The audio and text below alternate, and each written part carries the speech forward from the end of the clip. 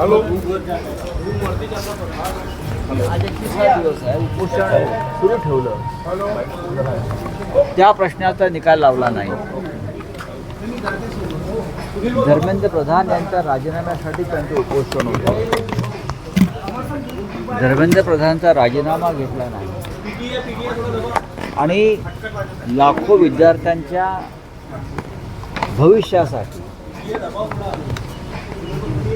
प्राणांची कुर्बानी देण्यास तयार असलेल्या सोनम वांगचुक यांना मध्यरात्री पोलिसांनी जोर जबरदस्तीनं उचलून इस्पितळात दाखल केलं. हा देश किती हुकुमशाही मार्गाने चालू आहे.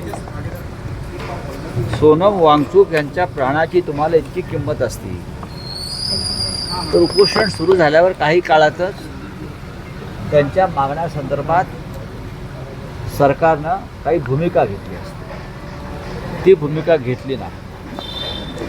सोनम वांगचुक यांच्यावरती काल रात्री दडपशाही करण्याचं दुसरं कारण असं आहे, आज नागपुरात जो हिंदुत्वाचा धडक आहे, आज नागपूरमध्ये उद्धव ठाकरे यांच्या नेतृत्वाखाली उपस्थिती जो एक राम मंदिर लुटीविरुद्ध एक एल्गार आहे, त्या कार्यक्रमावरचं लक्ष वळवावं म्हणून सुद्धा सोनम वांगचुक यांना काल रात्रीच दडपशाही मार्गानं अटक करून इस्पितळात नेलं. ही दोन कारणं आहेत. तरीही आता उद्धव ठाकरे साहेब निघालेले आहेत.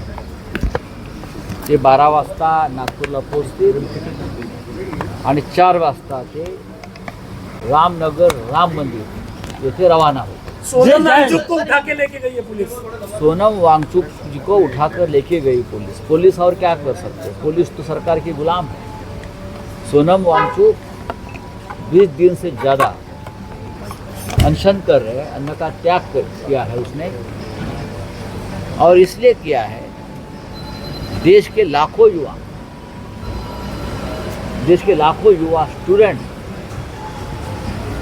उनका जो भविष्य अंधकारमय हो गया है, खास करके नीट के एग्ज़ाम में, उनको न्याय देने के लिए, उनकी आवाज़ सरकार तक पहुंचाने के लिए, और जो जिम्मेदार मंत्री है धर्मेंद्र प्रधान एजुकेशन मिनिस्टर, उसका इस्तीफ़ा 20 युवाओं ने आत्महत्या की, जिम्मेदारी धर्मेंद्र प्रधान जी की है, तो उनका इस्तीफ़ा लेने के लिए ये अनशन था. सरकार 20 दिन तक सोई रही. उनका पूरी बॉडी जो है, उनके ऑर्गन फेल हो गए.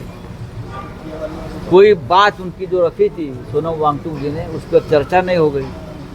अगर इतनी उनकी प्राण की आपको अहमियत थी तो आप बात करनी चाहिए थी, कुछ बातें माननी चाहिए थी, कोई डेलीगेशन आना चाहिए था, लेकिन आपने उठाकर उनको अस्पताल में भर्ती कर दिया. ये एक प्रकार से ज़ोर ज़बरदस्ती और तानाशाही है. आज हम नागपुर में जो आंदोलन कर रहे हैं हिंदुत्व के मामले में, राम मंदिर के लूट के बारे में, तो इस आंदोलन के ऊपर जो ध्यान पूरा देश का जा रहा है, वो हटाने के लिए भी सोनम जी के ऊपर कल रात को कारवाई. राम रक्षा अहंकाराची शिक्षा राम रक्षा अशा प्रकारे नवनीत राणेकर होर्डिंग, अहंकाराची शिक्षा आठवली राम रक्षा असे होर्डिंग नवनीत राणे लावले. कोणत्या मला माहिती नाही. आज रामरक्षा पठण करताय तुम्ही, निमंत्रण तर दिले तर, पण काही जणांची तुम्ही टेलिफोनिक पण संपर्क साधला, निमंत्रण दिलंय. आमचं कर्तव्य आहे, आम्ही ह्या कार्यक्रमाला अराजकीय कार्यक्रम मानतो. जसं अयोध्येमध्ये रामजन्म मुक्तीचं जे आंदोलन झालं ते आम्ही अराजकीय मानतो. जर आम्ही सगळ्यांनी सहभागी झाले असते, त्यात विश्व हिंदू परिषद, राष्ट्रीय स्वयंसेवक संघ, शिवसेना, बजरंग दल, भाजपचे कार्यकर्ते, ते सर्व पक्षांचं, तसंच हे आता अयोध्या आणि राम मंदिर हे चोरांपासून मुक्त करण्याचं जे आंदोलन आहे ते सुद्धा अराजकीय. त्याच्यामुळे जे जे रामभक्त आहेत, जे जे हिंदू आहेत, त्या सगळ्यांनी या आंदोलनामध्ये सहभागी व्हावं अशी आमची भूमिका आहे. त्याच्यामुळे आम्ही सरसंघचालक मोहनराव भागवत परमपूज्य, त्यानंतर राज्याचे मुख्यमंत्री रामभक्त देवेंद्रजी फडणवीस यांच्यासह आम्ही इकडले काँग्रेस, राष्ट्रवादी काँग्रेसचे नेते सगळ्यांना आम्ही आमंत्रित केलं की आपण या. ज्या राम मंदिरमध्ये तुम्ही आंदोलन करणार आहे त्या राम मंदिरामधल्या ज्या गणेश राम मूर्ती आहे त्या गोळवळकर गुरुजी यांनी स्थापन केलेल्या आहे. हो, मग याच्यामध्ये चांगलं आहे आमच्यासाठी ना. जर राष्ट्रीय स्वयंसेवक संघाच्या तत्कालीन सरसंघ चालकांच्या हातून त्या मूर्तीचं काही पूजा अर्चा झाली असेल, त्यांनी स्थापन केल्या असतील, तर त्याच मूर्तींची आम्ही आज पूजा करणार आहोत. म्हणून तर आम्ही संघ मुख्यालयामध्ये आमंत्रण दिलं की या तुमच्याच हस्तस्पर्शानं पावन झालेल्या या मूर्ती आहेत, तुम्ही या. देवेंद्रजींना आम्ही तेच सांगितलेलं आहे. खरं तर म्हणजे रामरक्षा पठण झालं, रामरक्षा पठण राम मंदिर हा सगळ्यांचा मुद्दा आहे, मग सगळ्यांनी सहभागी व्हायला पाहिजे असं आम्ही सांगितलेलं आहे. आता कोणाला राजकारणातला गंध येत असेल तर त्यांचा प्रश्न आहे, पण आम्हाला असं वाटतं की सगळ्यांनी यावं. जनता तर येईलच, पण राम भक्त म्हणून घेणार आहे. बघा, त्यांचं हिंदुत्व वेगळं, आमचं हिंदुत्व वेगळं, त्यांचा राम वेगळा, आमचा राम वेगळा असं नाही आहे. राम एकच आहे, या राष्ट्राचं अस्मितेचं प्रतीक आहे. आणि ही लढाई रामासाठी जी झाली त्यावेळेला अयोध्येत, त्याच्यामध्ये सगळेच आघाडीवर होतो आम्ही.